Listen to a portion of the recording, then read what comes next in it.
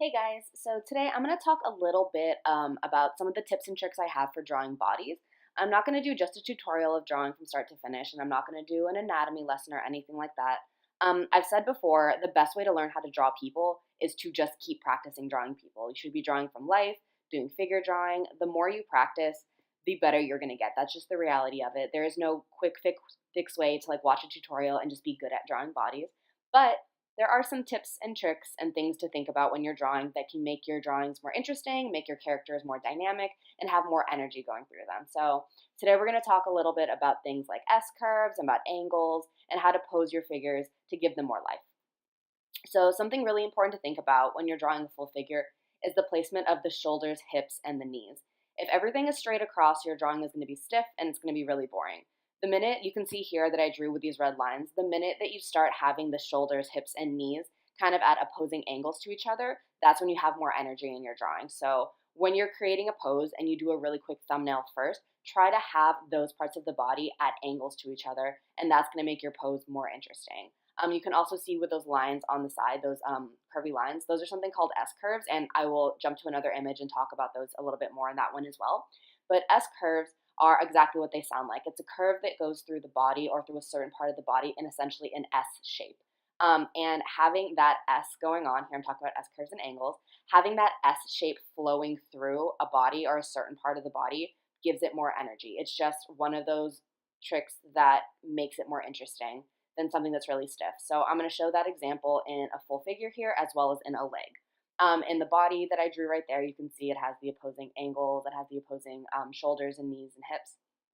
And it also has a really nice S curve from the torso to the hips to the legs, like it kind of curves through. You can also see that in this leg that I drew where it curves from the front of the thigh to the back of the calf versus a leg that's just straight up and down, which is much more boring and much less interesting. So knowing, like I said, studying the body and studying anatomy is where you're going to get the feel for this sort of thing. Like it becomes natural over time. The more that you draw bodies, you'll understand where those S curves naturally occur, and it'll make it easier for you to put it into your own drawing. So knowing what it is and how it works and keeping that in the background while you're working is something that it's a habit that you have to build. And the more you practice it, I promise it'll become more apparent in your work, like the longer that you do it. So now I'm going to kind of show, I don't know how to explain this. I'm going to show two different bodies showing a kind of boring but okay pose versus one that's a little bit more dynamic, like basically how to take a simple pose and make a couple minor tweaks to make it more interesting. So with the first pose that I'm doing, keep in mind, like there's technically nothing wrong with a pose like this. Like it's very straightforward if you're doing something like just a character design or anything like that. Like there's nothing wrong with it. It's very straightforward. However, if you take the same type of character and you just tilt the shoulders and you tilt the hips, you tilt the knees, make the legs a little bit more spread apart so they're planted a little more firmly on the ground, you can already see that change in energy in the character. Like she looks more interesting, she has more energy to her, she looks more dynamic. And I know I'm saying those words a lot, but that's the best way to describe it. The more movement you give to your drawing, the more dynamic they're going to be, the more interesting they're going to be. And so now I'm going to kind of do a full figure, now not just a thumbnail, but actually a full developed drawing. And I was initially going to cut this part out where it was like 25 minutes of me trying to figure out a pose that I wanted to do. And then I realized like it's important to show like you don't always have to get the pose correct on the very first try. Like it's okay to practice. And in fact, you should be practicing all of the time. So it's okay if your sketchbook or your Procreate app or whatever you're using is full of sketches that didn't work out because that meant you're practicing.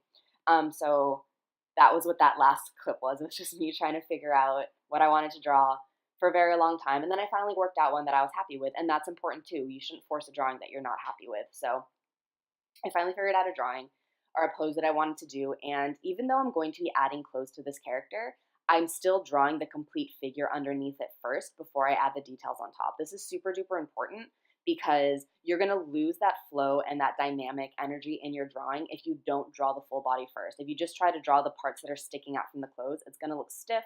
You're going to lose that S curve going through the entire body. So it's important to establish that first and then build details on top of it. And you can see here that I still have the shoulders at an angle. I have the hips at an angle. I have that nice curve in the leg.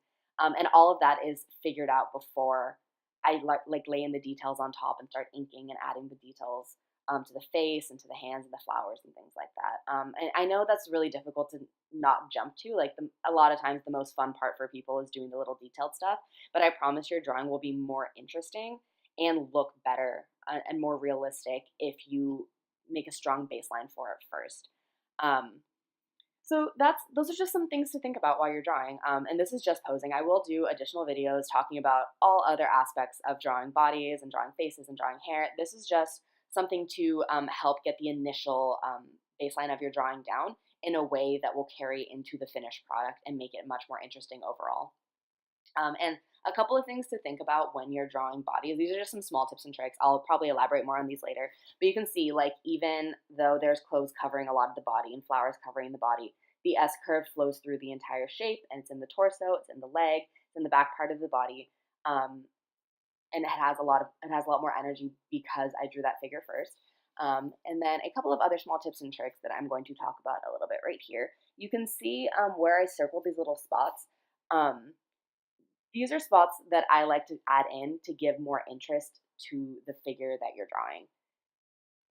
And what I mean by that is parts of the drawing that give it more life. So in reality, people who have fat on them, which is most people, that have curves, if they're wearing tight-fitting clothing, that clothing is going to dig into it slightly. So you'll notice here that I have the legs dipping in slightly where the socks are digging in or where the shorts are digging in.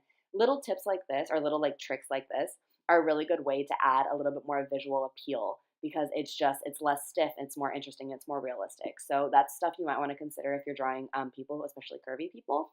And then right here where I've circled on the chest, this is a really good example of drawing underneath the figure first. Like I drew the torso underneath it, and knowing how the torso is underneath it meant I knew how to draw the t-shirt in a way that hung off in a little bit more of an interesting way. It wasn't a random t-shirt shape I made. It wasn't like completely form-fitting the exact same shape as the torso.